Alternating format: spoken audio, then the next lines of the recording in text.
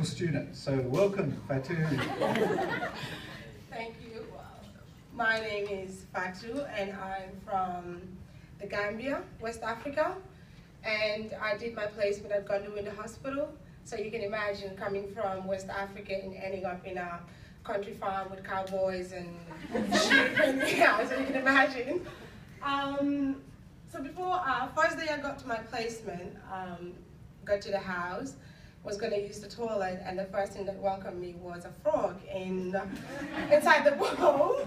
9 p.m., freaked out, called my supervisor screaming. She's like, oh, that's fine, it's the green frog, it'll be fine.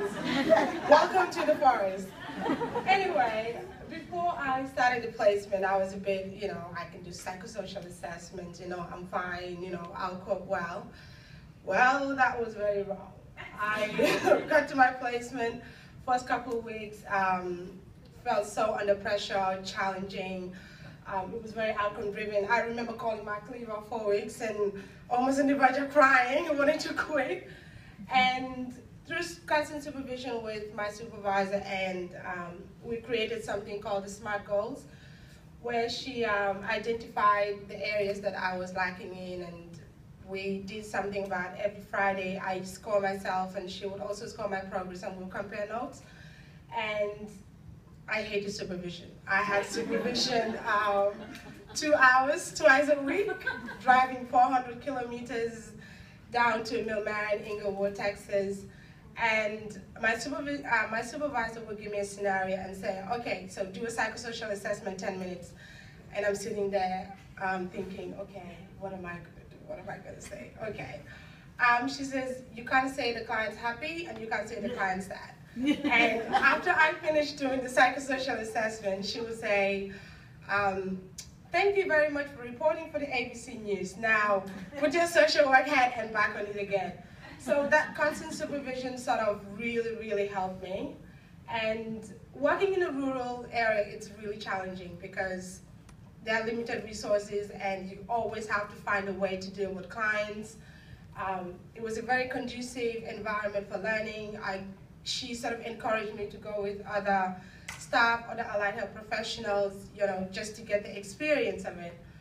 And some of the challenges I found being in the rural sort of placement was the fact that you constantly bumped into your clients. Sort of you would be walking in calls and see a client and you would have to pretend you're on your phone or dodge the aisle like that was constant.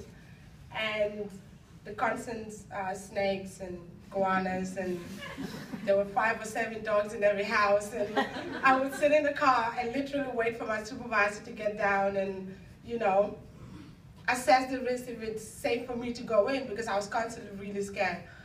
One day I remember sitting in the office and she knew I was really scared of snakes. So she said, oh, you'll be fine, you just do this, you need to be desensitized. So she ran back in the office and she goes, Fatu, come, there's something happening, run. So I'm thinking, what did I do now? So I'm running. So I ran all the way to the front of the hospital and there was this massive brown snake. I just said, look, there's a snake. And I freaked out and ran back inside. I said, oh, you'll be fine, it's just a snake, just get used to it. But it's a really great experience that snakes. But it was a really good experience, and we had the opportunity to do video conference tutorials with all the students doing rural placements, and that was really helpful because we got to support each other and talk about our experiences, and it was really, really interesting. And I found that my supervisor, who I'm so grateful for, early on in the placement recognized the difficulties I was having, and she did say to me that you don't actually have to like me, but I have to make sure that you are ready in 13 weeks and a beginning practitioner.